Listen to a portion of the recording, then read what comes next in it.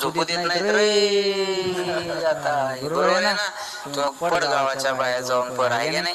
त्या दुर्योधनाच्या अवलादी आपल्याच आहे बघा. आपले लोक आपल्या गोष्टीला विरोध करतात. ही शोकांतिक आहे. एक बोलू तुम्हाला, ऐका.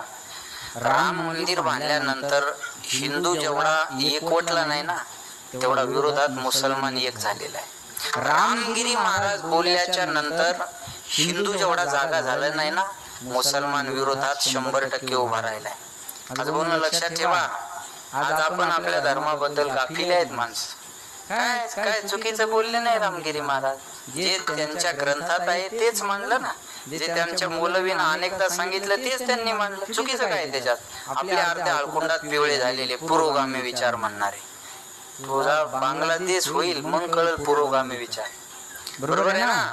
लक्षात ठेवा. बांगलादेश मध्ये मरणारा ना एसी आहे, ना एसटी आहे, ना ओपन आहे, ना ओबीसी आहे. बांगलादेश मध्ये मारल्या जाणारा हिंदू आहे. एवढं लक्षात ठेवा. ते कास्ट पाहून मारल्या जाणार नाही महाराज. ते हिंदू आहे म्हणून मारल्या चाललेल्या आहेत. लक्षात घ्या. आपण उभं राहिलं पाहिजे. अरे आपला माणूस जर एवढं बरं, मला आनंद वाटला. मी दाद देईन त्या माणसाच्या डेअरिंगला.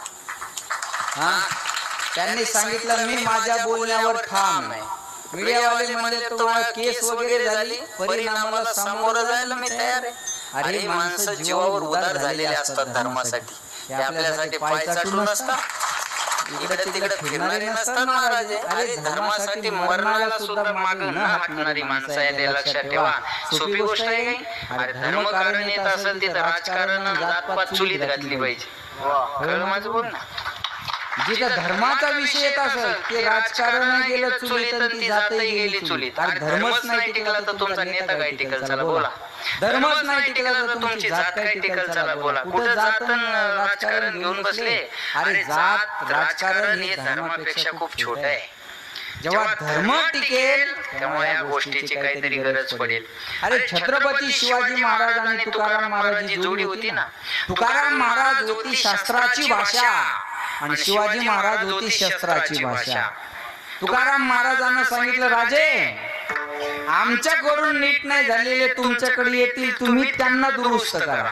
कळलं माझं बोलणं. लक्षात ठेवा. शास्त्र आणि शस्त्र याच्याने देश चालत असतो महाराज. हा टाळ नुसता वाजवताच नाही आला पाहिजे. या टाळानं कधी कधी वाजवता बी आलं पाहिजे. बरोबर आहे ना. हा झेंडा नुसता घेऊन चालता नाही आला पाहिजे. कधी कधी उलटा बी करता आला पाहिजे. भगवान श्रीकृष्णाजवळ नुसती बासरीच नाही हो, सुदर्शन बी आहे. भक्त आला तर बासरी वाजून खुश करन आणि राक्षस आला तर त्याच्यासाठी त्रिशूळ माझ्याकडे सुदर्शन आहे. ज्यांचा पवित्र महिना चालू आहे ते भगवान शंकर. काय वाजवलं त्यांनी. डमरू नाही, नुसतं डमरूच नाही वाजवलं, अनेक राक्षसांना बी वाजवलं.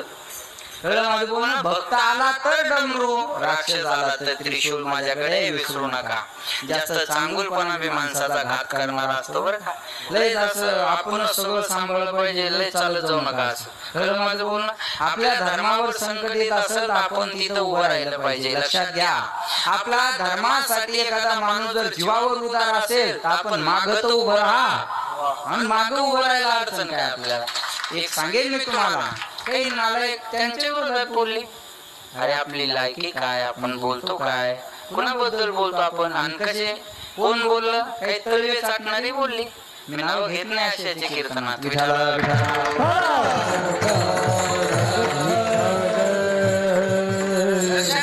आपण कधीतरी अरे जागे राहिलं पाहिजे ना. मुसलमानाचं 5 वर्षाचं पोरग 5 वेळा नमाज पठण करायचं. आपलं 22 वर्षाचं ठोण एकदा मंदिरात येत नाही. आज एवढे तरुण पोरं कीर्तनात आहे. काय वाजवा त्यांच्यासाठी. आनंद आहे महाराज. लक्षात ठेवा बरं का. आज पोरांनी